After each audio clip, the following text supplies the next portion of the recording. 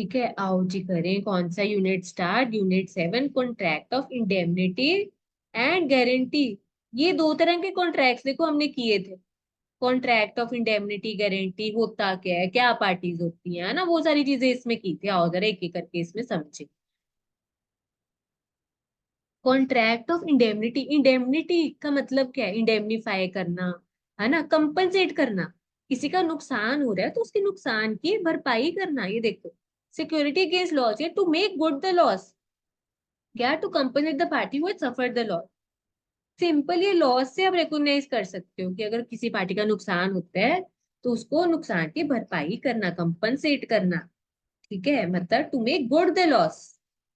ठीक है, जो उसका नुकसान पहुंचे उसको वो दोबारा से सही कर दो, उसको कंपनसेट कर। ठीक है जी, contract by which one party promises to save the other from loss cause to him by the conduct of the promisor himself और by the conduct of any other person. ठीक है जी, यहाँ पे ए ने बी को क्या दिया? कार दी। Car वाले एग्जाम्पल ले लो जो हम देते थे। ए ने कहा मैं ठीक है प्रॉमिस करता हूँ बी, तू ले ले मेरी कार। ठीक है, पर यहाँ पर वो ए कहता है यार अगर मेरी कार को कुछ हो गया तो बी ना गारंटी लेता है, यहाँ पर प्रॉमिस करता है उसको। ठीक है, यहाँ पर वो प्रॉमिस करता है, क्या प्रॉमिस करता है भाई?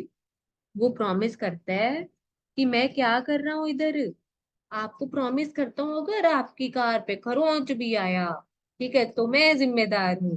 ठीक है, मैं कंपनसेट करूंगा, मैं नुकसान की भरपाई करूँ। ठीक है, तो यहाँ पे जो बी क्या कर रहा है, प्रॉमिस कर रहा है किसको? ठीक है, बी क्या कर रहा है, प्रॉमिस कर रहा है ए को कि अगर कुछ नुकसान हो तो वो भरपाई करेगा। अच्छा, जो बंदा प्रॉमिस करता है उसको क्या बोला जाता है? हाँ जी, क्या बोला जाता है? इंडेमनीफायर। और जिसको प्रॉमिस किया जा रहा है, जिसको वो पैसे देगा अगर नुकसान होता है एक ही कार का, उसको क्या बोला जाता है? इधर इंडेमनीफायर है और इधर क्या बोला जाता है? इंडेमनीफाइड। जो करता है वो उसमें अर की आवाज आती है ना, और इसमें इंडेमनीफाइड इसको कर दिया। या इसको क्या बोलिया जाता है? Indemnity holder.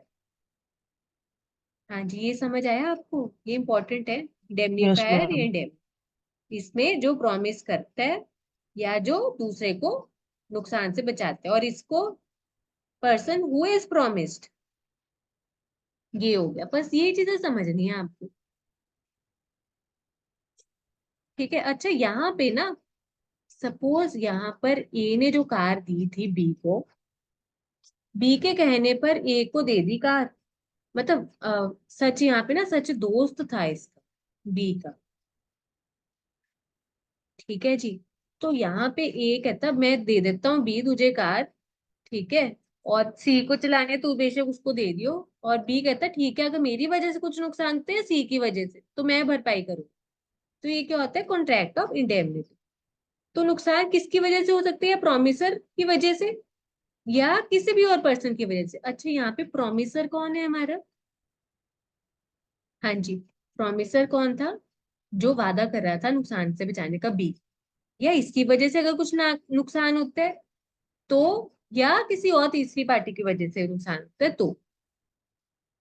ये हो गया हमारा। और देखो इधर क्या लिखा हुआ, कहते हैं मोड क्या होगा, क्या तरीका है कॉन्ट्रैक्ट में एंटर होने का, कॉन्ट्रैक्ट ऑन इंडेमनिटी। ये देखो हमने किया हुआ, या एक्सप्रेस या इम्प्लाइड होएगा, या बोल के या लिख के बताया होगा, या पार्टीज के बिहेवियर से पता चल जाएगा कि ये क्या है, कॉन्ट्रैक्ट ऑफ इंडेमनिटी है। ये हमने ऑलरेडी किया हुआ है। ठीक है जी, और कहते हैं फायर इंश्योरेंस, मरीन इंश्योरेंस, ये क्या होता है? Contract of indemnity. कि आग लग जाए, आग से पानी से कुछ नुकसान होता है तो उसकी भरपाई कर देगी इंश्योरेंस का। पर लाइफ इंश्योरेंस नहीं होती कॉन्ट्रैक्ट इंडेमनिटी। बंदा ऊपर चला गया, कौन लेकर आएगा उसको दोबारा? तो लाइफ इंश्योरेंस नहीं आती कॉन्ट्रैक्ट इंडेमनिटी। ठीक है, ये हो गया। फिर हमने आगे क्या किया था? हाँ जी, ये देखो अभी ऊपर क्या क्या चीजें पढ़ी, मतलब देखा अभी बस हम, मीनिंग देख लिया, फिर पार्टीज देख ली हमने। ठीक है, और किसकी वजह से नुकसान हो सकता है वो देखा, मोड देखा। ठीक है, अब हम क्या देखने लगे? Rights of indemnity holder when sued. मतलब इंडेमनिटी होल्डर कौन था मेरे को बताना फटाफट से। इंडेमनिटी होल्डर कौन था?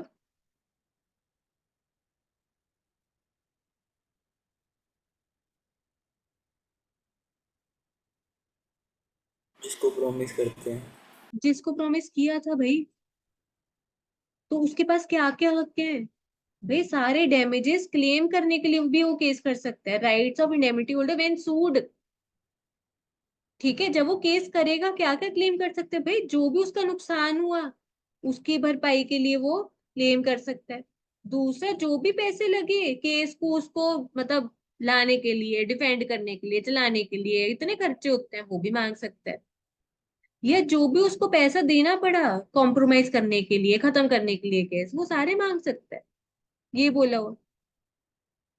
और कहते हैं लाइबिलिटी ऑफ इंडेमनीफायर कब शुरू होती है? जो जिसने प्रॉमिस किया था, हमारे एग्जाम्पल जैसे बी ने प्रॉमिस किया था।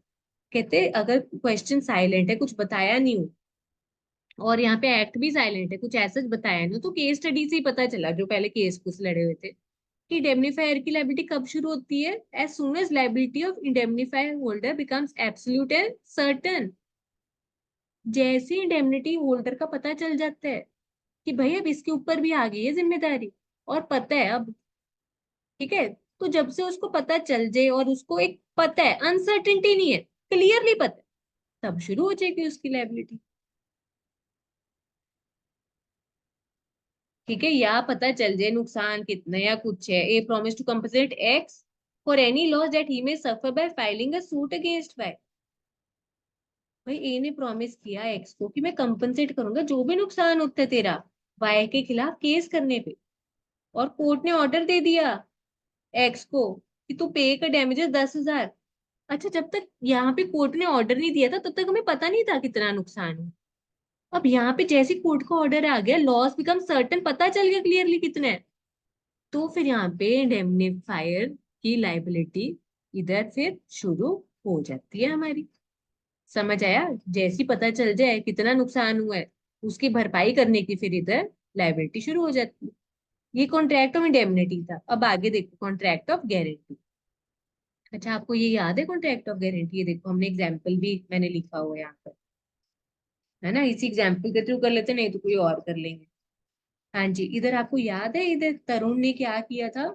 10,000 रुपए देने थे उधार पे लक्षित को, ठीक है, या लक्ष्य को। अब यहाँ पे ना तरुण अननोन था इसका, तरुण नहीं जानता था, कहता मेरे तो पैसे डूब जाएंगे, मैं क्यों दूं तुझे? फिर शशि आई बीच में, दोनों की कॉमन फ्रेंड। शशि कहती तरुण तू टेंशन ना ले, मैं हूं ना, बाई चांस अगर उसने पैसे ना दिए, मैं बैठी हूं ना, मैं दे दूं, मैं उतार दूं तेरे, पर तू मेरे कहने पे दे दे, तू मेरे कहने पे दे दे। इसमें मेरे को बताओ किसने गारंटी दी? शशि ने। शशि ने। तो शशि क्या है? श्योरिटी। शशि ने श्योर किया, श्योरिटी दी, तरुण को श्योरिटी दी, गारंटी दी कि मैं बैठी हूँ, टेंशन मत लो। ठीक है, तो यहाँ पे कॉन्ट्रैक्ट गारंटी में जो गारंटी देते हैं उसको श्योरिटी बोल देते हैं। ठीक है जी, ये हो गया हमारा। अच्छा, यहाँ पर क्या है? तरुण ने पैसे दिए, ठीक है, हमारी उसके प्रति क्या है? देनदारी। वो कौन होते हैं लोग? क्रेडिटर। तो ये क्रेडिटर है, ये हो गया है ना, ये श्योरिटी, ये क्रेडिटर। और भाई ये लक्ष्य से या लक्षित से पैसे लेने हैं हमने, क्योंकि इसको उधार दिए। ठीक है, तो ये क्या हो गया? प्रिंसिपल डेटर हो गया। हाँ जी, याद आ गया आपको ये पार्टीज का? बोलो जी बोलो। Yes ma'am. Yes ma'am. ठीक है जी। अच्छा, एक बार बताओ, प्राइमरी कॉन्ट्रैक्ट किसके बीच में होता है? प्राइमरी कॉन्ट्रैक्ट बोल दो या प्रिंसिपल कॉन्ट्रैक्ट बोल दो? मेन कॉन्ट्रैक्ट कौन सी पार्टीज के बीच में? डेटर और क्रेडिटर के बीच में। डेटर और क्रेडिटर, ये देखो लिखा हो ना, प्रिंसिपल कॉन्ट्रैक्ट या प्राइमरी कॉन्ट्रैक्ट। फिर दूसरा सेकेंडरी कॉन्ट्रैक्ट किनके बीच में बन गया? क्रेडिटर और श्योरिटी। श्योरिटी और क्रेडिटर बिल्कुल, के बीच में। शशि ने तरुण को श्योर किया, एक तरह से सेकेंडरी कॉन्ट्रैक्ट बन गया ये, कि उसने ना दी, मैं दे दूंगी। अब यहाँ पे क्या बन जाता है? इन दोनों के बीच में कौन से टाइप का कॉन्ट्रैक्ट बन जाता है, बताना जरा। ये प्रिंसिपल हो गया, ये सेकेंडरी हो गया, और इन दोनों के बीच में कौन सा टाइप का कॉन्ट्रैक्ट बन जाएगा? बाय चांस यहाँ पे लक्षित ने पैसे ना दिए, शशि ने दे दिए तरुण को फिर पैसे, अब यहाँ पे फिर इम्प्लाइड क्या आ जाते हैं लक्षित के प्रति? अब क्या इम्प्लाइड होगा कि उसको पैसे देने पड़ेंगे वापिस शशि को, तो इन दोनों के बीच में क्या आ जाते हैं? Implied contract. समझ आया आपको? बोलो जी बोलो। और एक और चीज की थी यहाँ पे, देखो एक ही डायग्राम में हमारा पूरा टॉपिक कवर हो जाएगा। देखो एक और क्या चीज की थी, ये देखो जरा। कहते हैं अच्छा यहाँ पे बताओ, श्योरिटी अगर क्या है, इनकॉम्पिटेंट टू कॉन्ट्रैक्ट है, मतलब अगर माइनर है, बच्ची है, अगर शशि क्या है, 14 साल की बच्ची है, छोटी सी हमारी, तो क्या तरुण विश्वास करेगा शशि पे? बताओ जरा, बोलो बोलो। नहीं। अगर अगर इनकॉम्पिटेंट है, इनकॉम्पिटेंट का हमने मतलब देख लिया था, बहुत सारी चीजें, disqualified by law, sound mind, minor, वो सब है ना। तो यहाँ पर कहते हैं फिर कॉन्ट्रैक्ट ऑफ गारंटी क्या हो जाएगा? वॉइड हो जाएगा इधर।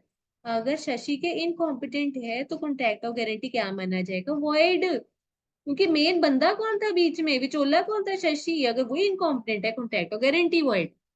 पर यहाँ पे एक बार बताओ, अगर लक्षित क्या है, बच्चा है, 14 साल का, 12 साल का बच्चा है, ठीक है जी, और यहाँ पर तरुण क्या, तरुण को कोई प्रॉब्लम है इसको पैसे देने से अगर शशि गारंटी दे रही है? आप बताओ। नो। तो भाई क्या फर्क पड़ता है, तरुण को अपने पैसे मिल जाएंगे शशि के थ्रू, चाहे वो बच्चा है, चाहे जवान है, चाहे बुजुर्ग है। ठीक है, तो कहते हैं अगर यहाँ पे लक्षित इनकॉम्पिटेंट टू कॉन्ट्रैक्ट है, माइनर है, या जो भी और डेफिनेट, तो कॉन्ट्रैक्ट ऑफ गारंटी क्या रहेगा? वैलिड रहेगा ये वाले केसेस में। हाँ जी, समझ आया ये आपको? देखो सारा कवर हो गया इसमें ये वाला टॉपिक हमारा। ठीक है, तो आओ जरा एक बार फटाफट से नजर मारें क्या क्या लिखा हुआ है यहाँ पर। पार्टीज के बारे में पढ़ लिया हमने। श्योरिटी जो गारंटी देता है, प्रिंसिपल डेटर, भाई जो कि अगर कुछ गड़बड़ करेगा जिसके भी आप पे, फिर उसने गारंटी दी है। ठीक है, जिसके लिए गारंटी दी है, क्रेडिटर जिसको गारंटी दी है, ये हो गया हमारा। फिर तीन तरह की पार्टीज है, तीन तरह के यहाँ पे कॉन्ट्रैक्ट होंगे, प्रिंसिपल कॉन्ट्रैक्ट, सेकेंडरी और इम्प्लाइड कॉन्ट्रैक्ट, ये पढ़े। और इसको क्या बोल देते हैं हम? ये देखो ऐसे करके ना आ सकता है पेपर में, जैसे कि मतलब कॉन्ट्रैक्ट ऑफ गारंटी क्या है, ट्राई पार्टी अग्रीमेंट है, एक्सप्लेन। तो बस यही तो समझाना उसमें फिर हम, ये हो गया हमारा, है ना। ये सारा हमने कर लिया कि कौन से कॉन्ट्रैक्ट है, नाम क्या और किस किस के बीच में है। ठीक है, फिर एसेंशियल फीचर्स क्या है, यहाँ पे पर्पस क्या होता है? तो secure payment of debt, surety दे रहे हैं, सिक्योर कर रहे हैं कि भाई पैसा डूबेगा नहीं है, रिकवरेबल डेट, रिकवर हो जाएगा। ठीक है जी, कहते हैं अगर उधार ही नहीं है, पैसा दरों ने अगर देना ही नहीं है, तो गारंटी किस बात की? ये लिखा हो। अगर उधार है उसको सिक्योर करने के लिए, ठीक है, रिकवरेबल हो जाए ताकि तरुण से, है ना।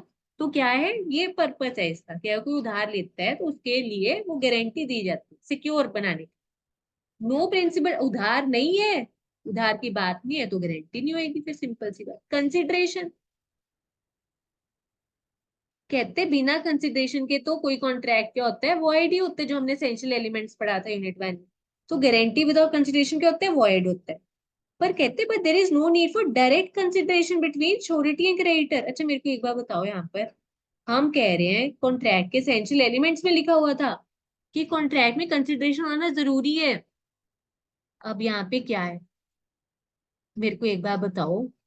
तरुण ने पैसे दिए, ये उसको वापस कर देगा, ठीक है। और अगर शशि ने, अगर इसने पैसे ना दिए तो शशि उसके बिहाफ पे दे देगी तरुण को, और ये उससे रिकवर कर लेगी।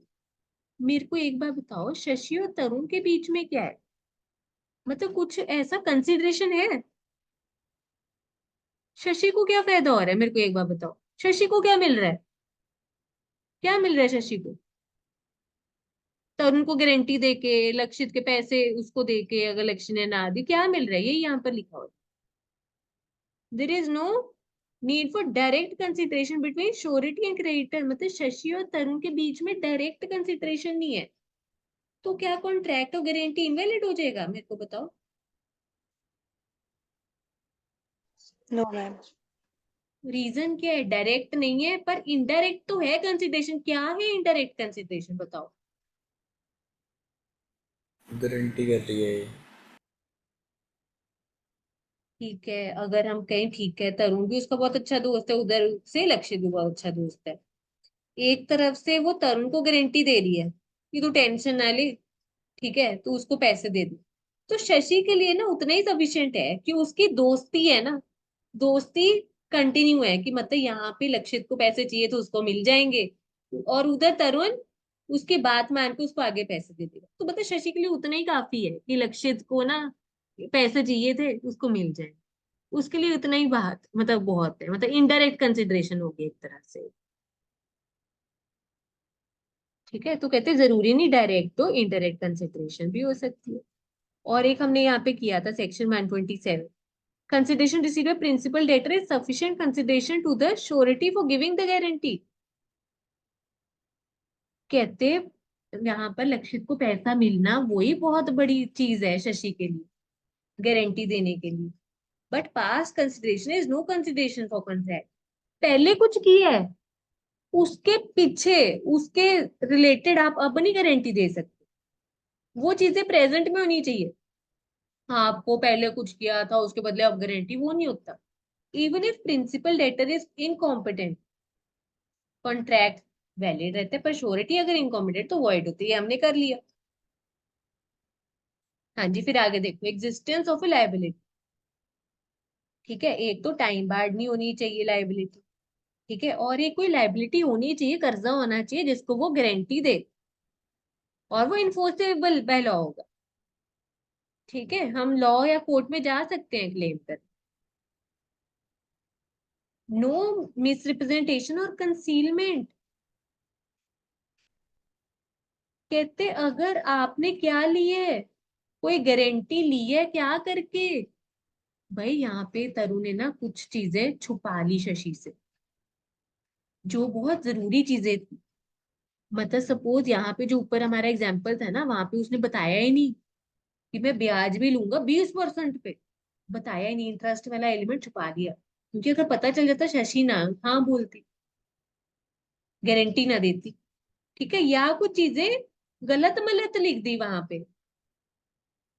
ठीक है, तो कहते उस केस में वो क्या हो जाएगा, वो इनवैलिड हो जाएगी चीजें, कॉन्ट्रैक्ट ऑफ गारंटी इनवैलिड माना जाएगा। हाँ जी, समझ आया। या तरुण सपोज चुप रहा काफी चीजों में, शशि पूछताछ कर रही थी, बातें पूछ रही थी, शशि कुछ बातों पे चुप रहा, और शशि ने तरुण किस कुछ बातों पे चुप रहा, तो भी कॉन्ट्रैक्ट ऑफ गारंटी क्या हो जाएगा, इनवैलिड। मतलब कुछ गलत आपने बाय मिस्टेक कुछ चीजें गलत दिखा के अगर मनवा लिया शशि को, या जानबूझ के छुपाया। याद है कल किया था हमने मिस रिप्रेजेंटेशन कंसीलमेंट। कंसीलमेंट मतलब जानबूझ के छुपाना चीजें, मिस रिप्रेजेंटेशन मतलब आपको लगा था सही है पर वो चीजें गलत, या आप चुप रहे, तो भी इनवैलिड रहेगा कॉन्ट्रैक्ट ऑफ गारंटी। आगे देखो, राइटिंग नॉट नेसेसरी। ठीक है, मतलब हमने वो पढ़ा था ना, एक्सप्रेस इम्प्लाइड हो सकता है कॉन्ट्रैक्ट ऑफ गारंटी भी, तो एक कॉन्ट्रैक्ट है, इट कैन बी एक्सप्रेस और इम्प्लाइड, जरूरी नहीं कि लिखित में होना चाहिए, ओरल भी हो सकता है। ज्वाइनिंग ऑफ द अदर को sureties, joining of the other को श्योरिटीज। हाँ जी बोलो। अब शशि बोल सकती है भाई इतने लाखों रुपए का तुमने देना है कर्जा, मैं गारंटी अकेले नहीं ले सकती, साथ में जसमीत मेरे साथ आएगी तभी मैं ले सकती। अगर यहाँ पे श्योरिटी ने, शशि ने कोई कंडीशन डाली है, ठीक है, तो उसको वो पूरा करना पड़ेगा, तभी वो कॉन्ट्रैक्ट ऑफ गारंटी वैलिड माना जाए। हाँ जी बोलो जी बोलो। समझ आया। Yes ma'am. कहते guarantee given by surety valid नहीं होगी अगर कंडीशन इम्पोज किया श्योरिटी ने कि अगर कोई दूसरी मेरे साथ एक और ज्वाइन करेगा बंदा, तभी मैं करूंगी, गारंटी दूंगी। But such other person does not join A surety, अगर जसमीत मना कर देती है तो भी इनवैलिड हो जाएगा कॉन्ट्रैक्ट। हाँ जी बच्चों, यहाँ तक आया समझ में। ठीक है, तो ये यस। एग्जाम्पल से देखो सारी चीजें कवर हो। चलो आगे चलो।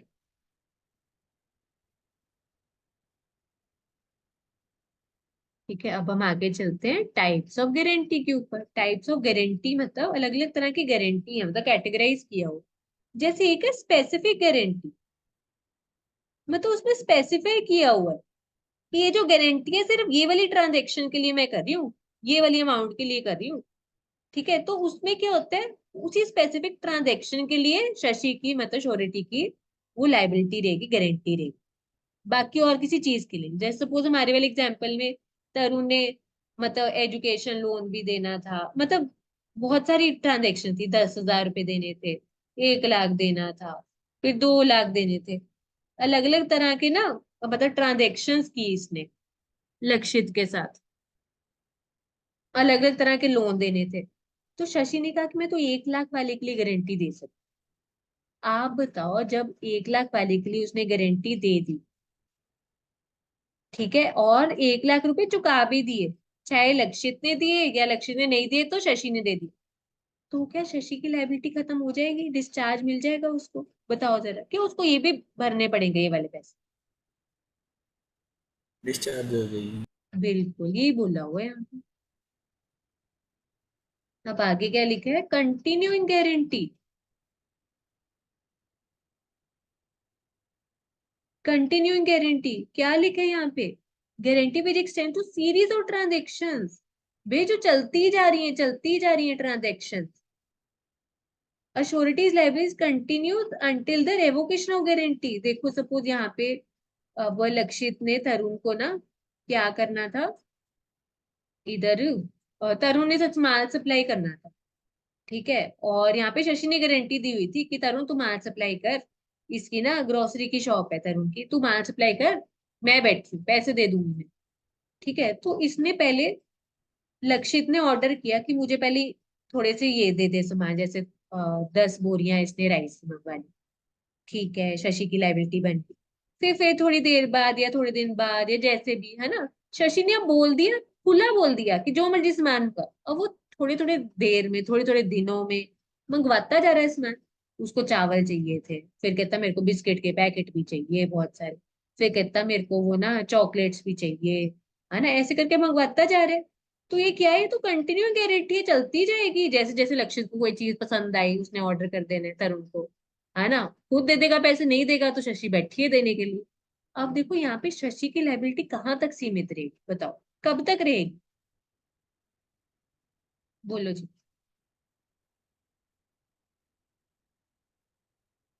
बता सकते हो? शशि की मतलब चलती जाएगी लाइबिलिटी हमेशा? जब तक वो गारंटी खुद ही खत्म ना कर दे। बिल्कुल, जब तक शशि खुद नहीं मना करती।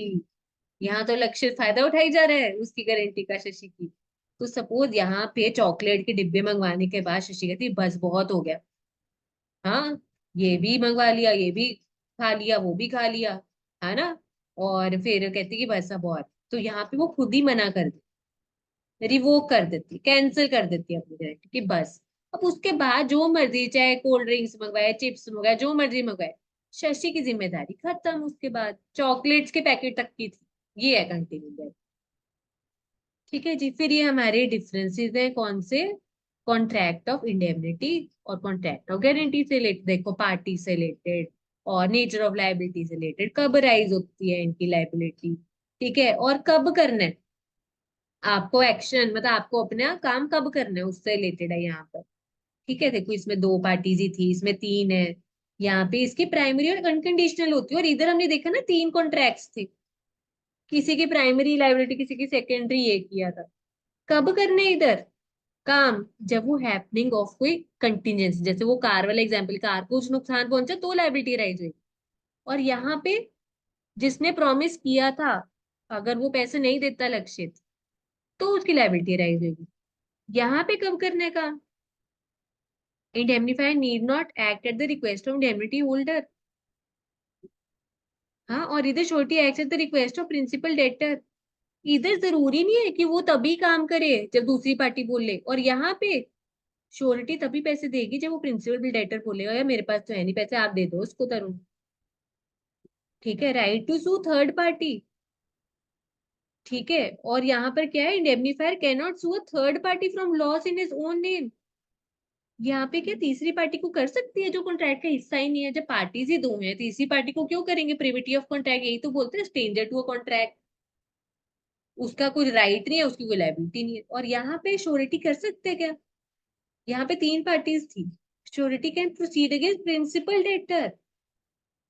भाई यहाँ पे अगर तरुण का पैसा लक्षित ने ना दिया तो श्योरिटी मतलब शशि के पास वो पूरा हक आ जाता है जो तरुण के पास था पहले।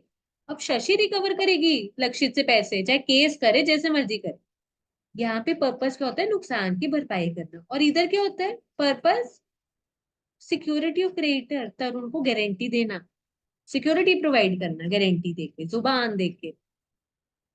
यहाँ पे कॉम्पिटेंसी मतलब सब पार्टीज यहाँ पे कॉम्पिटेंट होनी चाहिए। और यहाँ पे हमने देखी थी चीजें, शशि नहीं होनी चाहिए इनकॉम्पिटेंट, पर प्रिंसिपल डेटर हो। ठीक है, तो डिफरेंसेस करने भी बच्चों जरूरी है। एंड बच्चों एक और चीज, अगर टाइम कम हो ना आपके पास, तो फिर ना मतलब चाहे आप ये बेस जो है सीधा बस आप अपने डिफरेंसेस लिख दो, अगर बाई चांस टाइम कम। अब आपको ना पेपर में जैसे मैंने आपको वो फॉर्मेट भी बताया हो कि कैसे कैसे लिखना है आंसर, है ना। और आपको ना अब डिपेंड करेगा टाइप ऑफ क्वेश्चन क्या है, क्वेश्चन क्या है उसके हिसाब से आपको आंसर लिखना है, फ्रेम करना है। दूसरा एक तो टाइप ऑफ क्वेश्चन, दूसरा टाइम कितना है ना। टाइम के अकॉर्डिंग भी आपको डिसीजन लेना पड़ेगा। अब जैसे टाइम कम है, घंटी बज गई, डिफरेंस रह गया 7 नंबर का, आप क्या करोगे? फटाफट से आप ना बीच में लाइन मार के कॉन्ट्रैक्ट इंडेमनिटी कॉन्ट्रैक्ट गारंटी लिख दिया, और फटाफट से अपने 2-4 पॉइंट जितने भी लिख सकते हो उस टाइम में लिख दो। फिर बेस मत अपना ये हेडिंग बनाने की जरूरत नहीं, फटाफट जो जरूरी चीजें वो लिख, है ना। और देखो यहाँ पर फिर लास्ट में अगर जैसे घंटी बज जाती है, फिर पूरा पूरा ये फुल फॉर्म लिखने का नंबर नहीं मिलेगा, अंदर के मिलेंगे पॉइंट्स, मतलब फिर फटाफट से इसकी शॉर्ट लिख दी। वैसे अवॉइड करो शॉर्ट फॉर्म, पर जैसे मैंने आपको बोला है ना। अच्छा एक और चीज बताओ, जैसे घंटी बज गई, अगर आप इसी को लिखने में पूरा टाइम लगा दोगे, contract of indemnity contract of guarantee, वो तो आ जाएंगे लेने पेपर। आपको इंपॉर्टेंस देखनी है, नंबर कैसे मिलने हैं आपको। यहाँ शॉर्ट लिख दिए, फिर शुरू कर दो लिखने। और यहाँ पे चाहे वो बेस मत डालो, ये वाला मत डालो, जो जो याद है लिख दो। ठीक है। और जैसे अच्छा सपोज मेमोरेंडम ऑफ एसोसिएशन इतना बड़ा है, ठीक है। पता है क्या, अगर कोई क्वेश्चन आया जैसे उसमें memorandum of association, article of association, जैसे कंपनीज एक्ट में हमने किया था, जैसे कोई क्वेश्चन उसमें बहुत बार आ रहे हैं वर्ड्स एमओए एओए, पर क्योंकि हम ना शॉर्ट फॉर्म से ही लिखते होते पेपर में, फुल फॉर्म लिखते हैं। पर अगर देखो बहुत टाइम लग रहा है ना आपको, आप क्या करो, आंसर में ना एक बार या मैक्सिमम 2 बार, ठीक है, एक बार या ज्यादा से ज्यादा 2 बार आप लिख दो फुल फॉर्म वहां पर, फिर आगे एमओए चला दो, शॉर्ट में लिख दो। ऐसे टाइम सेव हो जाएगा। सेव अगर कहीं पे आर्टिकल ऑफ एसोसिएशन आपका कुछ क्वेश्चन आया है, वो बहुत बार मेंशन करना पड़ रहा है, एक या ज्यादा से ज्यादा 2 बार फुल फॉर्म लिख दो आंसर में, बाकी सब जगह शॉर्ट फॉर्म चला दो, एओ एओ एओ। ये चीज है। ठीक है। और एक आपको मैंने बताया था 100 नंबर का पेपर है, ठीक है, 180 मिनट्स मिलेंगे आपको। ठीक है, तो हर एक नंबर के प्रति आपको 1 मिनट 180 से मतलब 1 मिनट 80 सेकंड मिलेंगे। इसको राउंड ऑफ करें तो 2 मिनट पर नंबर। तो अपना जो क्वेश्चन है ना उसको मल्टीप्लाई बाय 2 कर लो। जैसे अगर 5 नंबर का क्वेश्चन है, 2 से मल्टीप्लाई करो, 10 मिनट से ज्यादा नहीं लगने इस क्वेश्चन पे। 7 है, 7 × 2 14। घड़ी डाल के जानी है सबने, टाइम कर लो भाई, कितनी देर से ज्यादा नहीं होना चाहिए। ठीक है जी। और अगर बाय चांस आपको ना पर क्वेश्चन, देखो पर क्वेश्चन अगर आपको घड़ी देखने का वो हिसाब नहीं बन रहा, तो जैसे आपको देखो मैंने आप ना अपने वो मॉक टेस्ट पेपर्स निकाले, वो एज पर लेटेस्ट पैटर्न बनाए थे। जो मॉक टेस्ट पेपर आईसीए के निकले थे ना, सेम उसी पैटर्न से बनाए। आप उसमें देखना टोटल 6 क्वेश्चन है आपके, है ना। फर्स्ट क्वेश्चन कंपल्सरी है आपका, ठीक है। और बाकी, है ना, बाकी 5 में से आपको 4 करने हैं। और एक तो रीडिंग टाइम है बच्चों, फटाफट से रीड कर डालो। स्पेसिफिकली आप पता है फर्स्ट तो कमेंडेटरी होता है, आप पता है पहले 15 मिनट में क्या रीड करो, बाकी के रीड कर लो 5 क्वेश्चन। और उसमें से कटिंग कट कर दो जौन सा आपने नहीं करना, क्योंकि एक ऑप्शन होती है उसको भी मत कर देना, ज्यादा के नंबर नहीं मिलेंगे। उसको एक्स्ट्रा अटेम्प्ट करते तो पहले वाले को ही मार्क किया जाता है, फिर बाद वाला काट देते हैं। ठीक है, तो 15 मिनट में बाकी के 5 फटाफट से रीड कर लो, और उसमें से देख लो कौन से वाला क्वेश्चन नहीं करना। और उस 5 का क्या बना लो, ऑर्डर बना लो, जौन सा सबसे अच्छा बेस्ट आता है उसके आगे लिख लो, पहले ये करना है, पहले ये, दूसरा ये करना है, तीसरा ये करना है। ठीक है, ऐसे ऑर्डर बना लो अपना। फिर अटेम्प्ट करना शुरू करो, टाइम बचा वो 15 मिनट में, तो फर्स्ट वाला भी रीड कर। ठीक है ना। फिर अब देखो आपके पास टोटल इधर 5 क्वेश्चन हो। ठीक है जी। हाँ जी, समझ आया आपको। अच्छा, सेकंड पार्ट में टोटल 5 थे या 6 थे? आई थिंक मेरे ख्याल आपके पास 5 ही थे टोटल, आपको ना 5 ही करने थे ना क्वेश्चन। 6 में से 5 थे ना, ऐसा था ना? बताना जरा। यस जी मैम। मैम, पहला है ना। कंपलसरी था, बाकी हाँ 5 थे। हाँ, तो पता है क्या, मैं भी ऐसे करती होती थी, मतलब फर्स्ट क्वेश्चन थोड़ा सा वो होता है, ज्यादा पार्ट्स होते हैं। फर्स्ट मतलब आप इसको ना जैसे 3 घंटे को क्या कर सकते हो, जैसे आपके 5 है क्वेश्चन, उसको डिवाइड कर दो 3 घंटे में। जैसे आधा घंटा या पौना घंटा हमने फर्स्ट क्वेश्चन पे दे दिया, बाकी आधे आधे घंटे में आपको बाकी क्वेश्चन कर ले। मतलब ½ एन आवर पर क्वेश्चन आप दे सकते हो, वो टारगेट रख सकते हो, या ज्यादा से ज्यादा मतलब 30 से 40 मिनट्स का रख सकते हो। अगर पर क्वेश्चन आपको घड़ी देखना मुश्किल हो रहा है, तो पर पार्ट, मतलब ये पर पार्ट बोला, हर क्वेश्चन का हर पार्ट पे अगर आपको टाइमिंग देखना मुश्किल पड़ रहा है, तो क्वेश्चन वाइज देख लो, एक बार मॉक टेस्ट पेपर निकालना जो आपके पास हार्ड कॉपी पड़ी, उस हिसाब से प्लानिंग करो। ठीक है, क्योंकि बिना घड़ी देख के नहीं पता चलेगा आपको, घड़ियां डाल के जानी है। टाइमिंग चाहे पर पार्ट के हिसाब से करो, चाहे पर क्वेश्चन, जैसे 5 क्वेश्चन है, पहला वाला लंबा होता है उसको ज्यादा टाइम लग सकता है, पर बाकी में भी देखो नंबरिंग ज्यादा होती है, 7 नंबर का, 6 नंबर का, तो बाकी में भी इतना लग जाता है। ठीक है, कि अपना आधा आधा घंटा पर क्वेश्चन पे अपना मैक्सिमम दो, या ज्यादा ज्यादा 10 मिनट हो, ताकि आपका इजिली हो जाए। समझ आया आपको? आधा आधा घंटा दोगे, तब भी अगर देखो 5 क्वेश्चन है आपके पास, आधा घंटा रह जाएगा, आधे घंटे को और डिवाइड कर लो। 30 को देखो डिवाइड कर लो ना 5 में, कितना हुआ? 6। मतलब 30 + 6, 36 मिनट्स, मतलब राउंड ऑफ करो, 35 मिनट्स पर क्वेश्चन आप दे सकते, अगर 5 क्वेश्चन है। ठीक है, तो वैसे तो मोस्टली जो ना मॉक टेस्ट पेपर का जो पैटर्न होता है वही पूछा जाता है, वैसे ही पैटर्न पूछा जाता है। पर हम कुछ कह नहीं सकते, तो आंखें खोल के ध्यान से, दिमाग खोल के पढ़ना क्वेश्चन सभी सब्जेक्ट्स का। हो सकता है थोड़ा बहुत चेंज कर दे वो पैटर्न, है ना। नंबर ऑफ क्वेश्चंस में, नंबर ऑफ पार्ट्स जो डाले हुए हैं, मार्किंग में, नंबर ऑफ मार्क्स में, है ना, तो उसके हिसाब से आप फटाफट से वो 15 मिनट में वो प्लानिंग कर सकते। पर अभी जो आपको क्वेश्चन पेपर दिया उसके हिसाब से प्लानिंग करके जा। ये हो गया हमारा। चलो जी, आगे चले। फिर nature and extent of surety is liability. अच्छा, श्योरिटी की लाइबिलिटी कहाँ तक सीमित है? अच्छा, श्योरिटी कौन थी हमारे एग्जाम्पल में? शशि।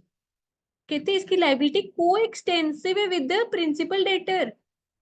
को एक्सटेंसिव मतलब इसकी जुड़ी हुई है उसके साथ, लाइबिलिटी प्रिंसिपल डेटर के साथ, क्योंकि लक्षित ने ना दिए तो इसको देने पड़े, शशि को। और इसकी लाइबिलिटी क्या, सेकेंडरी है, क्योंकि पहले तो प्रिंसिपल डेटर की है, लक्षित की है पहले।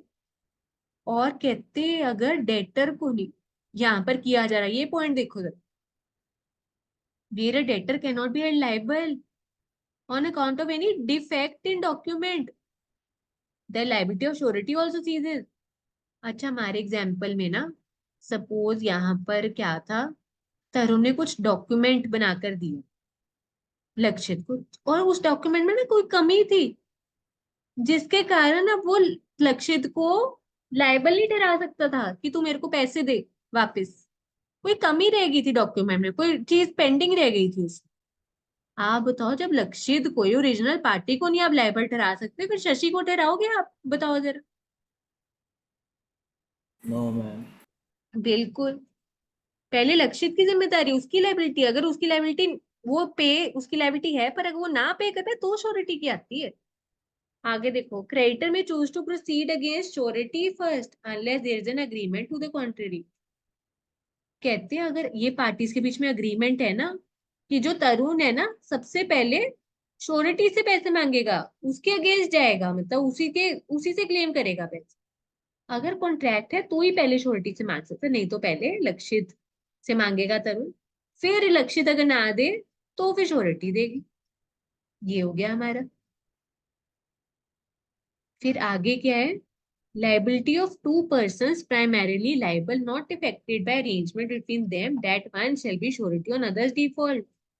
क्या बोल दिया यहाँ पे, दो लोगों की लाइबिलिटी जिनकी प्राइमरी लाइबिलिटी है, not affected by arrangement between them, that one shall be surety on other's default.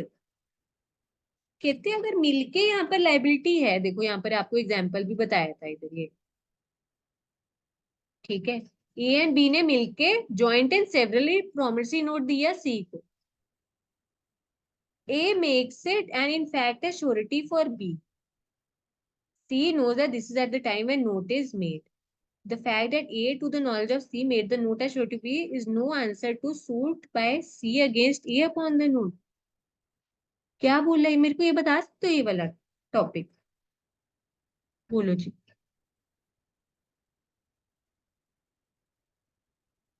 बोलो जी, बोलो।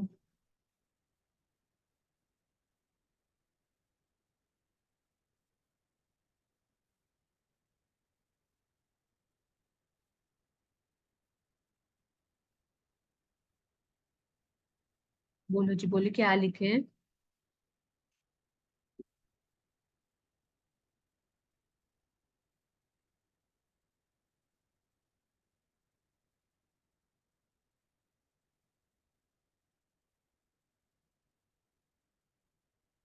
बोलो जी, बोलो। ये देखो एग्जाम्पल आपको बताया हुआ था, जैसे ए और बी है, दोनों ने मिलके क्या किया है, सी को क्या करना है, कोई मतलब सामान लिया था, अब सी को पैसे देने 10,000, और यहाँ पे ना ए और बी के बीच में कॉन्ट्रैक्ट है। कहते कि अगर बी ने ना दिए पैसे तो ए दे देगा पैसे सी को। ठीक है, आप बताओ, अब ये ए और बी की जो भी डीलिंग है सी के साथ, उसका असर इनके आपसी कॉन्ट्रैक्ट पे नहीं पड़ेगा। वो अलग है, वो अलग है, ये लिखा हुआ है यहाँ पे। ये देखो, liability of two person primarily liable not affected by arrangement between them that one shall be surety on other's default. कहते इन दोनों को सी का पैसा तो देना ही देना पड़ेगा, 10,000 रुपया। इनके आपसी में, आपस में जो मर्जी कॉन्ट्रैक्ट है, जैसे इन्होंने लिख दिया कि बी नहीं देगा तो ए दे देगा, चाहे ए दे चाहे बी दे चाहे दोनों मिलके दे, सी को तो 10,000 रुपए से मतलब है, उसको वो मिलने चाहिए। ये लाइबिलिटी नहीं खत्म होगी, डिस्चार्ज होगी अगर इनके आपस में कोई कॉन्ट्रैक्ट। समझ आया जी? बोलो जी। Yes, ma'am. Yes, ठीक ma'am. है जी, तो ये हमने देख लिया कि शशि की या श्योरिटी की लाइबिलिटी कहाँ तक सीमित है। अब हमने देखना है डिस्चार्ज। श्योरिटी मतलब हमारे एग्जाम्पल में शशि को कब डिस्चार्ज मिलेगा, कब मुक्ति मिल जाएगी। ठीक है, क्या क्या मोड्स है, देखो पहला है रेवोकेशन, ठीक है, दूसरा कंडक्ट ऑफ क्रेडिटर, तीसरा invalidation of contract of guarantee. हाँ जी, अब इधर क्या बोला हुआ है, पहले वाला पॉइंट पढ़ते हैं।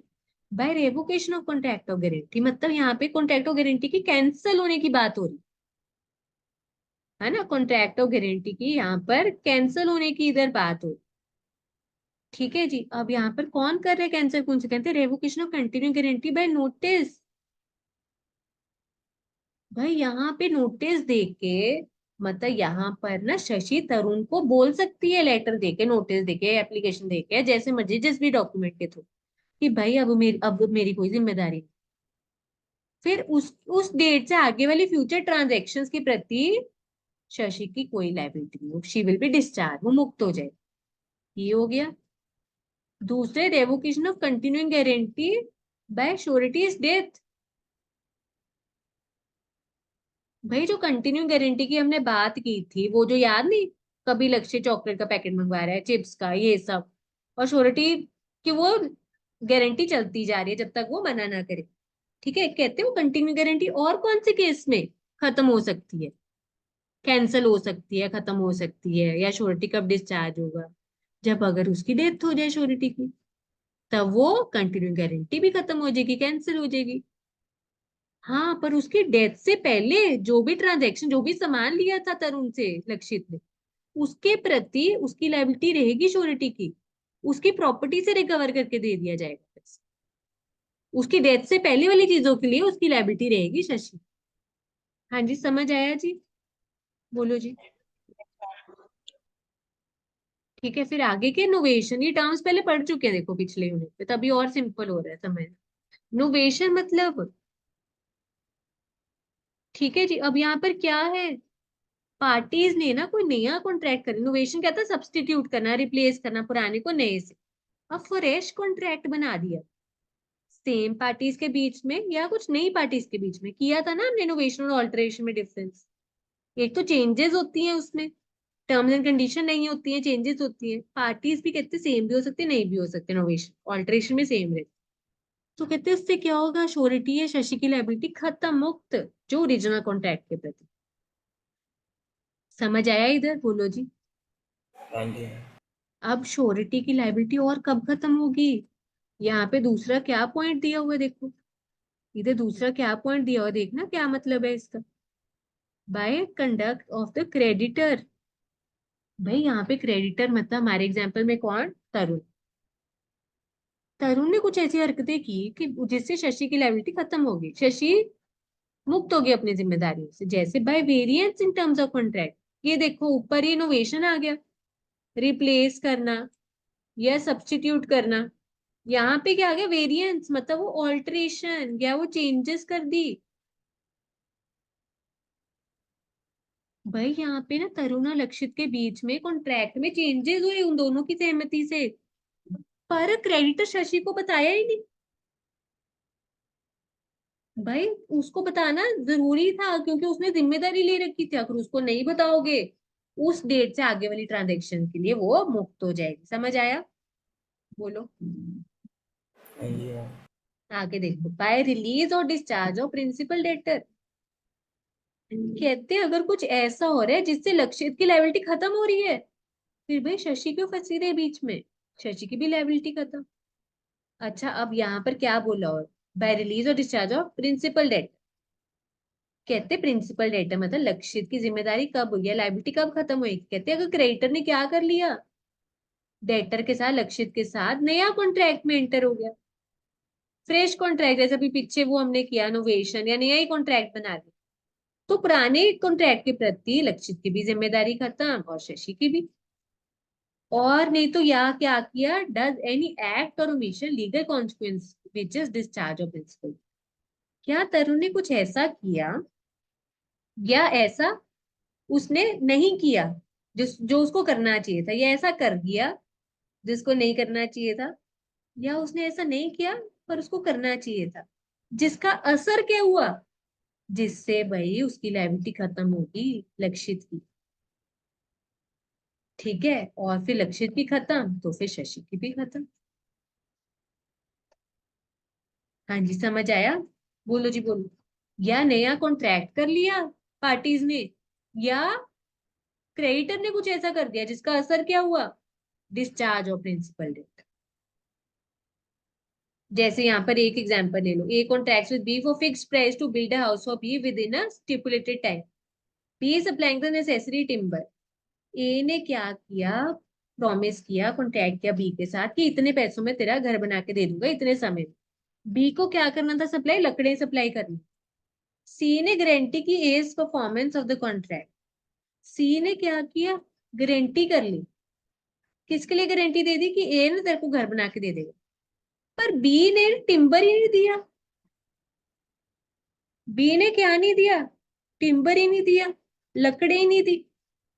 तो फिर उस केस में आप बताओ, जब वो बंदे ने ही नहीं दी, क्या नहीं दी, लकड़ी नहीं दी, तो काम शुरू कर सकता था घर बनाने वाला वो, बोलो जी। No ma'am. जब वो प्रिंसिपल डेटर की जब लायबिलिटी खत्म होगी, फिर श्योरिटी कहाँ से रही, श्योरिटी की लायबिलिटी वो खत्म। ठीक है, या इधर A gives guarantee to C for goods to be delivered to B. A ने गारंटी दी सी को कि तू सामान भेज दे बी को, मैं दूंगी पैसे अगर उसने ना दिया। Later on B contracts with C to sign his property to C in lieu of the debt. यहाँ पे कहते ए और यहाँ पे सी ने गारंटी दी कि ए तू बी को सामान दे दे।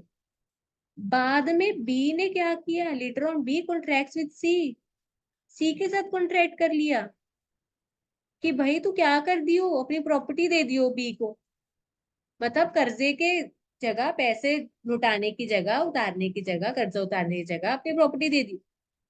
भाई फिर इसमें वो श्योरिटी की क्या रही, इसमें लायबिलिटी खत्म। अगर उन्होंने आपस में ये सब कर लिया, ऐसे ऐसा एक्ट कुछ कर लिया जिसका असर क्या हुआ, उसकी लायबिलिटी खत्म। ये हो गया। अब आगे देखो, Discharge of surety when creditor compounds with, gives time to or agrees not to sue principal debtor. भाई यहाँ पर क्या है? Composition, promise to give time, promise not to sue. भाई अगर क्या कर लेते हैं यहाँ पर, क्रेडिटर क्या कर लेता है, कुछ कॉम्प्रोमाइज, समझौता कर लेते हैं। किसके साथ? डेटर के साथ। तरुण और लक्षित ने मिलकर कुछ समझौता कर लिया, ठीक है, कुछ कॉम्प्रोमाइज कर लिया कि ठीक है, हम ना इतना पैसा है, हम ना उसकी जगह ये दे दे मुझे, या 10 लाख की जगह 5 लाख दे दे। भाई उन्होंने आपस में ही कर लिया, डिसाइड, कॉम्प्रोमाइज कर लिया, बिना उसको कंसल्ट किए, बिना शशि की, शशि को बिना इन्वॉल्व किए, बिना बिना उसको बताया भी शशि की लायबिलिटी खत्म। या और देखो क्या बोला, तरुण कहता चल मैं तेरे को लक्ष्य टाइम दे देता हूँ ज्यादा। अब आप बताओ वो गारंटी का रेलेवेंस ही क्या, जहां पे उसको टाइम दे दिया? टाइम पीरियड में नहीं देता वो पैसे तो उसने गारंटी दी थी कि मैं दे दूंगी।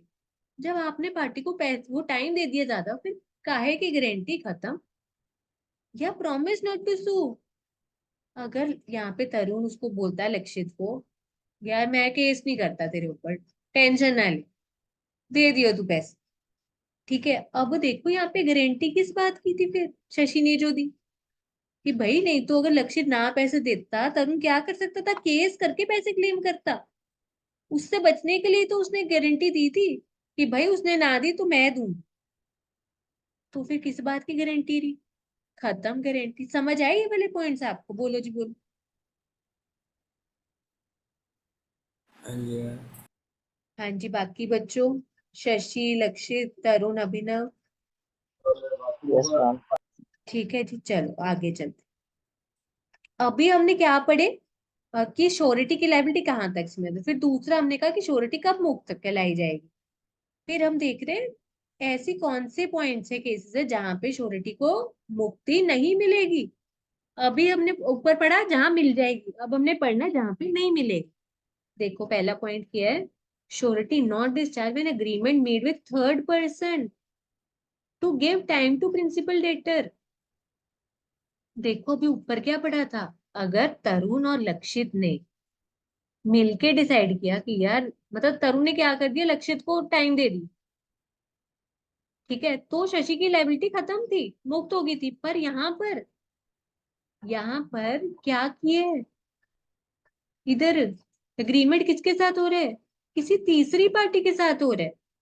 जैसे सपोज ये देखो हमने किया था ना, तरुण ने टाइम दे दिया था किसको? लक्षित को। फिर शशि की लायबिलिटी खत्म। पर अब यहाँ पे क्या हो रहा है? ठीक है, इधर टाइम तो बढ़ा रहे हैं लक्षित का, पर किसके कहने पे? तरुण कह रहा है ये, अभिनव के कहने पे कर, कोई बाहर तीसरी पार्टी है, उनके कहने पे टाइम बढ़ा रहे। आप बताओ इसमें प्रिंसिपल डेटर लक्षित तो नहीं डायरेक्टली इन्वॉल्व था, कोई और तीसरी पार्टी इन्वॉल्व थी ना। तो इसमें इसके इसका क्या कसूर लक्षित का? कोई तीसरी पार्टी बढ़ाना चाह रही है इसका टाइम। अगर ये खुद डायरेक्टली इन्वॉल्व होता तो शशि मुक्त होती, पर यहाँ पे नहीं शशि मुक्त होगी, अगर कोई तीसरी पार्टी बोलती है कि टाइम। समझ आया ये वाला पॉइंट? समझने वाला है ये वाला? हाँ जी, Yes, ma'am. Yes ma'am. ठीक है जी। फिर आगे देखो, creditor's forbearance to sue does not discharge surety. क्या बोले यहाँ पर? कहते mere forbearance on the part of creditor to sue the principal debtor और enforce any other remedy against him does not in the absence of any provision and guarantee to the contrary discharge the surety. क्या बोले एक बार इसके example जरूर। B owes to C a debt guaranteed by A, ठीक है, यहाँ पे ए ने गारंटी ली थी कि बी ओज टू सी, ठीक है, कुछ पैसे पूसे उधार पे दिए यहाँ पे, ठीक है, the debt becomes payable. C does not sue B for a year after the debt has become payable. A is not discharged from his suretyship. कहते जस्ट बिकॉज यहाँ पे उसने समय दे दिया तरुण ने लक्षित को, या यहाँ पे उसने क्या नहीं किया, मतलब अगर कहा कि मैंने केस नहीं करना, देखो कहते ऊपर हमने पढ़ा था ना कि या तो टाइम दे दिया या बोल दिया कि केस नहीं करना। ये दोनों चीजों में हमने कहा था कि जो श्योरिटी है वो क्या हो जाएगी? डिस्चार्ज हो जाएगी।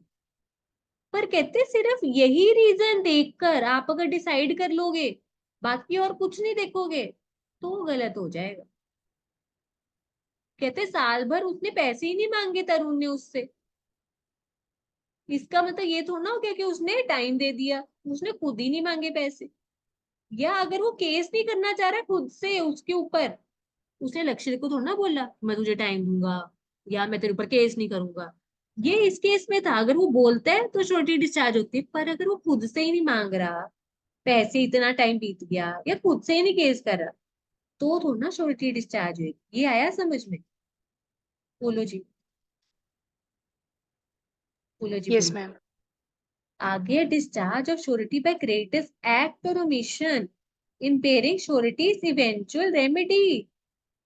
ये क्या बोल दिया यहाँ पर? Discharge of surety by creditors act or omission, मतलब तरुण का कुछ करने से, उसके ना करने से क्या होता है? impairing surety's eventual remedy। कहते creditor does any act which is inconsistent with rights of surety or omits to do any act which is duty to the surety requires him to do, eventual remedy of the surety himself against the principal debtor is thereby impaired, surety is discharged। बता सकते हो इसका मतलब?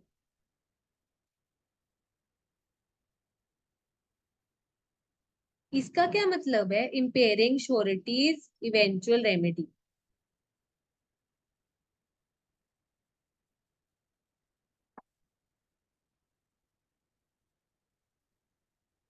हाँ जी, बता सकते हो?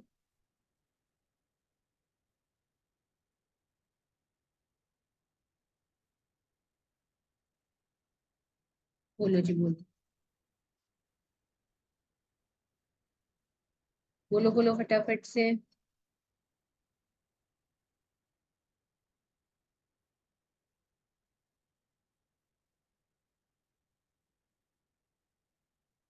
क्या मतलब है इसका?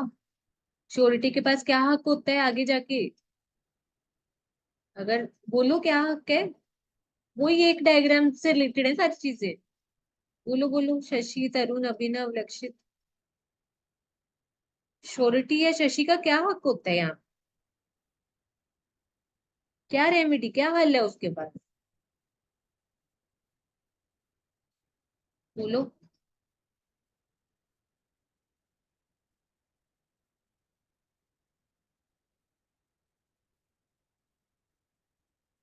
बोलो बोलो बच्चों,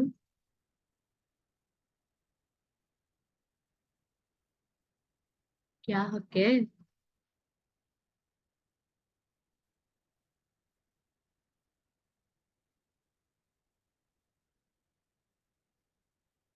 मतलब वो समझ ही नहीं आया जो सारा मैंने कराया, मैंने वो डायग्राम से रिलेटेड ही चीज पूछी है। अब ना बताया तो कभी ना बताया, कोई फायदा नहीं।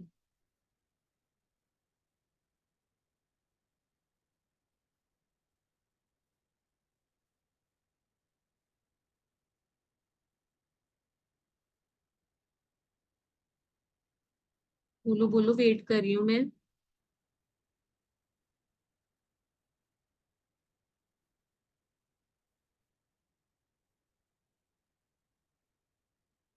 मैम एक बार फिर रिपीट करना। हाँ, मैं पूछ रही थी श्योरिटी के पास क्या हल है, प्रॉब्लम क्या है, उसका हल क्या है यहाँ पे कॉन्ट्रैक्ट ऑफ गारंटी में श्योरिटी के पास? जो उसका यहाँ पे जा रहा है impairing sureties eventual remedy. Impairing मतलब उसकी खत्म हो रही है क्या श्योरिटी के पास, जो आगे जाके जो उसके पास एक वो हल होता है, सोल्यूशन होता है। कौन से वाले हक की बात हो रही है? कि वो क्रेडिटर को पेमेंट कर देगी अगर प्रिंसिपल लेटर ने नहीं दिए। हाँ, ये प्रॉब्लम है कि लक्षित ने नहीं दिए तो उसको देने पड़ेंगे। उसका हल क्या है? कि क्रेडिटर ने कोई एक्ट नहीं करा ना उससे मांगे तो आगे डिस्चार्ज कर देगी वो, कि मेरे को तो कुछ पता ही नहीं था, तुम दोनों ने आपस में कर लिया। नहीं नहीं नहीं, शशि को पैसे देने पड़ेंगे क्योंकि लक्षित ने नहीं दिए। अब शशि के पास क्या हक है? प्रिंसिपल लेटर से कलेक्ट करेगी वो अमाउंट जो भी उसने दी। बिल्कुल यही है। कितना टेक्निकल सवाल पूछ लिया मैंने, जो पढ़ रही है 1 घंटे से वही पूछा है मैंने।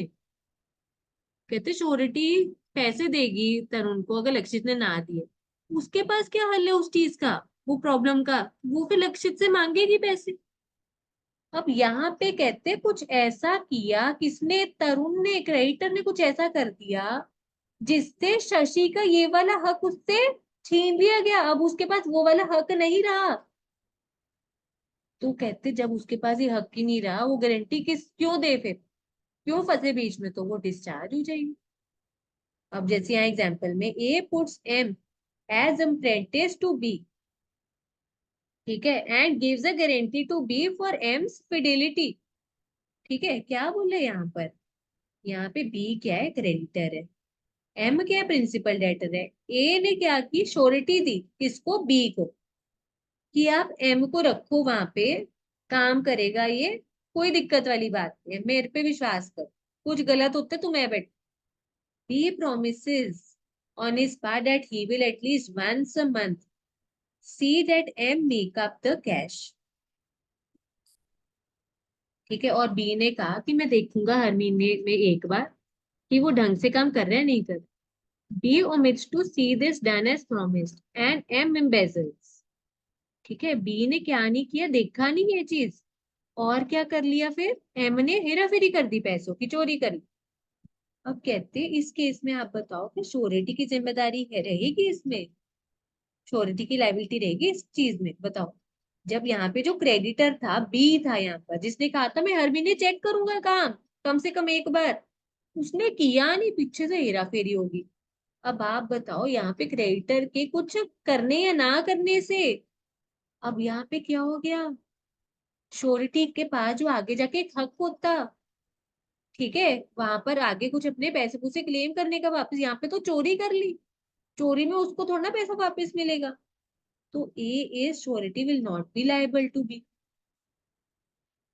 उसकी गारंटी वहीं खत्म हो जाएगी, डिस्चार्ज हो जाएगी, खत्म। ये समझ आया? बोलो जी बोलो। जी हाँ। Yes, एक ma'am. बार चाहे ये वाला केस स्टडी भी पढ़ लो। इस बैंक ने क्या किया? Granted a loan on the security of stock in the godown. आपको पता है ना, जैसे कई बिजनेसमैन को लोन मिलता है जो उनका सामान पड़ा, स्टॉक के ऊपर लोन मिल जाता है। तो ऐसे बैंक ने क्या किया? लोन दिया, सिक्योरिटी के तौर पे क्या रखा? स्टॉक रखा। The loan was also guaranteed bye surety. देखो वहां पे वो पैसे जो बैंक ने दिए उसके बदले में स्टॉक भी रखा हुआ, माल भी रखा हुआ है, साथ में एक बंदे ने अपनी गारंटी भी दी हुई है, श्योरिटी भी दी है। The goods were lost from the godown on account of the negligence of the bank official. अब बैंक वालों ने अपने कब्जे में रखे हुए थे, वो माल रखा हुआ था, सामान रखा हुआ, उनकी लापरवाही की वजह से वो सामान गुम हो गया। The surety was discharged to the extent of value of stocks lost. भाई यहाँ पे जो क्रेडिटर थे, बैंक वाले थे, उनकी गलती की वजह से माल खराब हो गया, नुकसान पहुंच गया।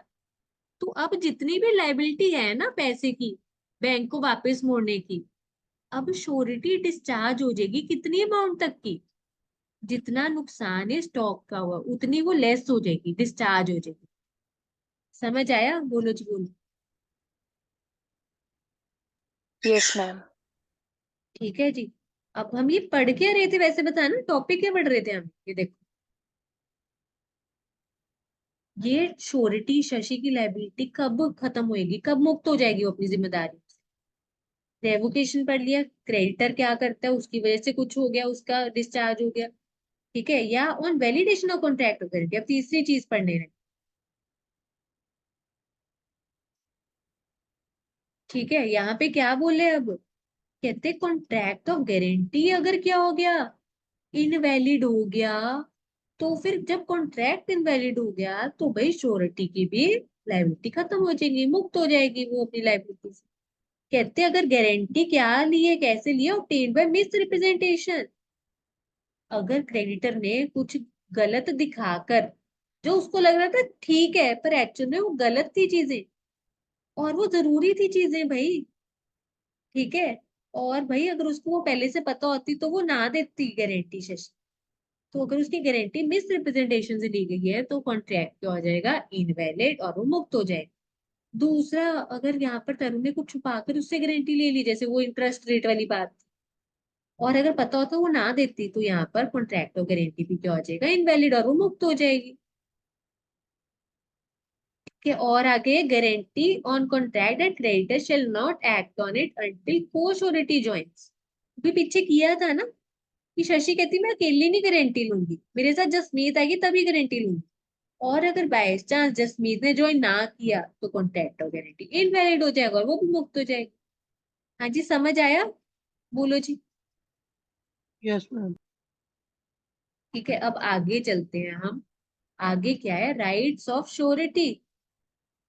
अब तक हमने क्या पढ़ी थी? लाइबिलिटी कहाँ तक सीमित है, श्योरिटी कब डिस्चार्ज होगी, श्योरिटी कब डिस्चार्ज नहीं होगी, कैसे हो सकती है अगर होना डिस्चार्ज। अब क्या क्या हक के अधिकार है श्योरिटी के? क्रेडिटर के प्रति, प्रिंसिपल डेटर के प्रति, मतलब यहाँ पे तरुण के प्रति, और इधर लक्षित के प्रति क्या हक अधिकार है, और इधर जसमीत के प्रति क्या हक अधिकार है? किसके?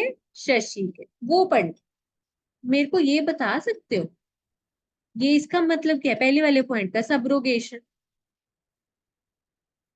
हाँ जी, सबरोगेशन का मतलब?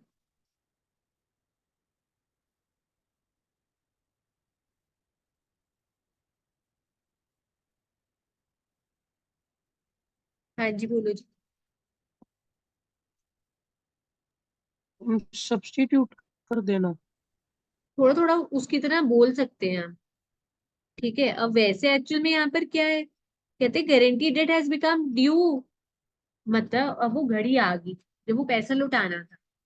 ठीक है, और यहाँ पर क्या लिखा है? यार लक्षित ने दिया नहीं पैसा। अब श्योरिटी की है ना, लायबिलिटी बन जाती है। और जब वो श्योरिटी की बारी आती है पैसे देने की, अब उसके पास वो सारा हक आ जाएगा। ठीक, अगेंस्ट प्रिंसिपल डेटर, जो पहले तरुण का था, क्रेडिटर का था जो हक अधिकार सारा लक्षित के प्रति, क्रेडिटर का डेटर के प्रति जो हक अधिकार था कि अगर उसने ना दिए पैसे केस करेगा वो सब, तो वो सारा हक अधिकार किसके पास आ जाएगा? श्योरिटी के पास आ जाएगा। ठीक है, वो सारा अब श्योरिटी के पास आ जाएगा। शशि भी अब क्लेम कर सकती है पैसे। किससे? प्रिंसिपल डेटर से। Rights which the creditor had against the principal debtor. मतलब अब यहाँ पे श्योरिटी किसकी जगह कैसे बिहेव करेगी? जैसे क्रेडिटर बिहेव कर रहा, जैसे पहले तरुण पैसे मांगना चाह रहा था, क्लेम करना चाह रहा था, अब she steps into the foot of, हाँ जी ये बोलते हैं she steps into the foot of Tarun. मतलब शशि अब किसकी जगह ले लेगी? तरुण की। अब वो क्लेम करेगी पैसे, जैसे पहले तरुण करा था, अब शशि क्लेम करेगी। किससे? प्रिंसिपल डेटर से। तो इसको बोलते हैं राइट ऑफ सब्रोगेशन। तो these are right against principal debtor. Principal debtor से पैसे क्लेम कर सकती है शशि, राइट ऑफ सब्रोगेशन। आगे क्या है? Implied promise to indemnify surety. आपको याद है हमने 3 कॉन्ट्रैक्ट्स किए थे, डेटर और श्योरिटी के बीच में कौन सा कॉन्ट्रैक्ट होता है? Implied contract. भाई अगर पैसे उसने ना दिए, लक्षित ने, शशि ने दे दिए तरुण को, इम्प्लाइड कॉन्ट्रैक्ट है कि भाई अब लक्षित को पैसे लौटाने पड़ेंगे। किसको? शशि। ये चीज। आगे देखो, आगे दूसरा हक कौन से? Right against creditor. Right against creditor. ऊपर क्या पढ़ा था? श्योरिटी शशि के हक अधिकार लक्षित के अगेंस्ट, उससे पैसा मांगना। ठीक है, और मतलब वो इम्प्लाइड है प्रॉमिस। अब क्या है? हक अधिकार राइट अगेंस्ट क्रेडिटर। भाई surety is right to benefit of creditors securities. इसका क्या मतलब है?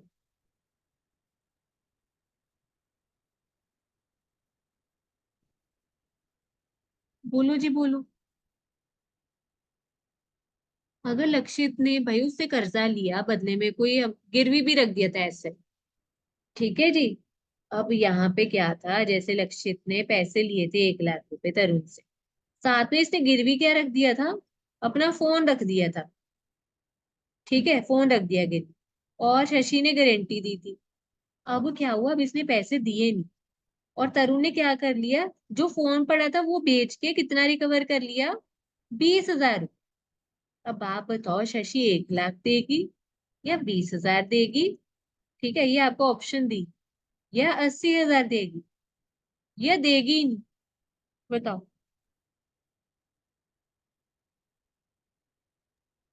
80,000 नहीं। बिल्कुल वही बोला हूँ। कहते जो क्रेडिटर के पास सिक्योरिटी रखी हुई है उसका फायदा श्योरिटी को भी मिलेगा भाई। Right to set off. हाँ जी। राइट टू सेट ऑफ का क्या मतलब होता है? सेट ऑफ करना, जो भी लेन देन है आपस में।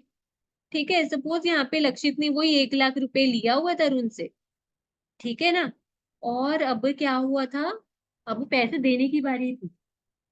ठीक है, और ना सपोज तरुण ने भी क्या करने थे, देनदारी थी इसकी। अब लक्षित की देनदारी है ना 1 लाख रुपए की। अब पहले कोई ट्रांजेक्शन की होगी इन्होंने पहले। तरुण को ना पैसे भी देने थे, कितने देने थे, सपोज यहाँ पे 1 लाख रुपया दिया तरुण ने, शशि ने गारंटी दी। और कोई पहले ट्रांजेक्शन हुई थी जिसमें अब तरुण की भी देनदारी बन रही है, कितने रुपए की, सपोज 20,000 रुपए। लक्षित ने कितने देने हैं, 1 लाख रुपए, किसने कितने देने हैं, 20,000। अब आप बताओ, अब अगर सपोज यहाँ पे लक्षित पैसे नहीं देता, ठीक है, तो तरुण, है ना, अब यहाँ पर शशि का कितना है लाइबिलिटी, मतलब कितना पैसे पे करेगी अगर लक्षित पैसे नहीं देता तरुण। 80 बोलो जी। हजार 80,000, इसको बोलते हैं सेट ऑफ या नेट ऑफ। सिंपल है सच में, बहुत चीजें आके देखो। Right to share reduction. Right to share reduction कहते हैं अगर क्या हो गया, अगर यहाँ पे प्रिंसिपल डेटर लक्षित का दिवाला निकल गया। ठीक है, अच्छा, अब दिवाला जब निकलता है ना, इंसॉल्वेंट होता है बंदा, तो कोर्ट कोई बंदा बुंदा अपॉइंट कर देता है। ठीक है, और वो सारा डिसाइड करते हैं कि उसकी एसेट उसेट से कितना हमने कैसे रिकवर करके बाकियों को देना है, जिसकी जो देनदारी बनती है ना। और सपोज यहाँ पर एग्जाम्पल ही पढ़ लो, एक्स टू का लोन ना 50,000 फ्रॉम वाई, गारंटी जेड ने दी। एक्स इंसॉल्वेंट हो गया और भाई उसकी प्रॉपर्टी से कितना रिलाइज हुआ, 25% रिलाइज हुआ। ठीक है, now Y will receive 12,500 from X. समझ आया, 50,000 का 25% रिकवर कर पाएंगे उसकी प्रॉपर्टी से, मतलब 12,500 रिकवर कर पाएंगे। और अब जिसने गारंटी दी है वो पैसे कितने देगी फिर, बताओ जरा। 50,000 ही देगी, कितने देगी?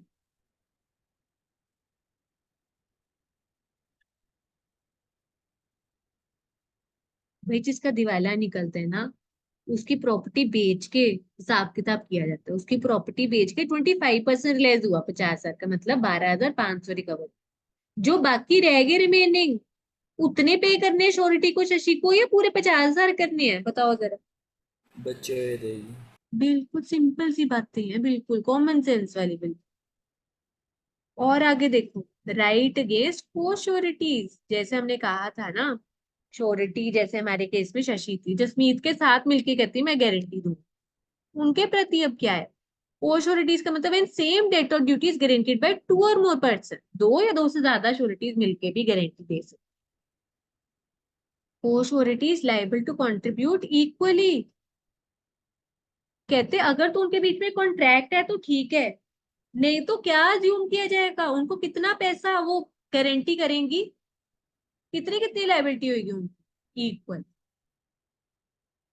समझ आया, इक्वल गारंटी होगी। जैसे सपोज 5 लाख रुपया लक्षित ने तरुण से लिया और शशि और जसमीत ने मिलके गारंटी दी थी, अब वो 2.5-2.5 लाख की उनकी जिम्मेदारी होगी। समझ आया। Yes, ma'am. और अब इधर क्या लिखे, liability of four surety is bound in different sums. ठीक है, अब यहाँ पर देखो हमने एग्जाम्पल लिया था ना, कि सपोज इधर क्या है, ए बी और सी ने, ठीक है, गारंटी लिया है 1 लाख, 2 लाख, 4 लाख रुपए, और इन्होंने डी ने पैसे दिए 3 लाख रुपए, किसी बंदे को 3 लाख रुपए दिए जिसके लिए गारंटी इन तीनों ने दी है। अब आप बताओ यहाँ पर अगर अलग अलग अमाउंट होता है, अच्छा यहाँ पर अगर सेम ही अमाउंट है ना, जैसे यहाँ पर देखो ए बी एंड सी ने श्योरिटी को समा 3 लाख, अगर कुछ नहीं दिया तो इक्वल अमाउंट की वो क्या हो जाएंगे, जिम्मेदारी ले। पर कहते हैं अगर डिफरेंट सम है, देखो यहाँ पर अलग अलग अमाउंट की गारंटी दी है, तो 3 लाख को कैसे डिवाइड करेंगे हम, बोलो जी कैसे करेंगे डिवाइड, बोलो कैसे करें, बोलो बोलो कैसे करें। तीनों में इक्वल इक्वल हो जाएगा। बिल्कुल कहते पहले तो इक्वली देख लो, 3 लाख डिवाइड बाय 3 मतलब 1-1 लाख। आप बताओ ये 1 लाख तक की कर सकता है ना, झेल सकता है ना, इसने गारंटी बोला था मैं झेलूंगा, मैं लूंगा गारंटी 1 लाख तक की, तो इसको भी 1 लाख मिल जाएगा और सबको 1 लाख।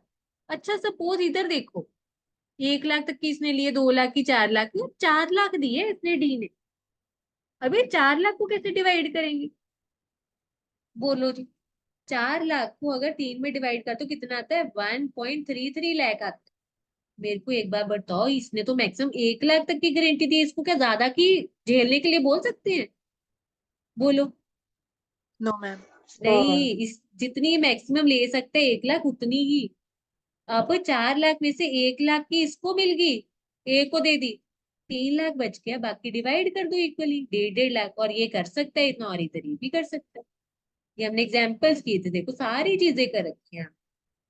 ठीक है जी, और ऐसी कोई और एग्जाम्पल है, जैसे 7 लाख की दे दी, कोई भी अमाउंट लेकर कर दो ना आप। पहले इक्वली करके देखो अगर होता है, इक्वली नहीं होता, देखो अब यहाँ पर क्या है, 7 लाख को डिवाइड करो 3 से, 2 पॉइंट समथिंग लाख बनेगा, मैं 2 लाख से ज्यादा बनेगा ना। ए तो 1 लाख तक ले सकता है, बी 2 लाख, तो ये जितना मैक्सिमम कर सकते उतना दे दो, बाकी जो रिमेनिंग रह जाएगा तीसरे में डाल दो। तो इधर ऊपर भी यही लिखा है ना, देख क्या, principle of equal contribution is subject to maximum limit fixed by a surety to his liability. ठीक है, तो इक्वल कंट्रीब्यूशन करो पर कितनी हद तक, जितना उन्होंने गारंटी की है, बाकी फिर वो आगे आगे पार्टीज ले लेगी। हाँ जी, और इधर जैसे अगर कुछ नहीं बोला तो कंट्रीब्यूट इक्वली करें। हाँ जी बताओ बच्चों, समझ आया यहाँ तक, यस मैम। बोलो जी। तो ये हमारा था कौन सा कॉन्ट्रैक्ट, यूनिट 7। तो यूनिट 7 भी हमारा हो गया। किसी का कोई डाउट, शशि, तरुण, अभिनव, लक्षित? कोई बात पूछनी थी मैम। No ma'am. हाँ जी हाँ जी बोलो जी।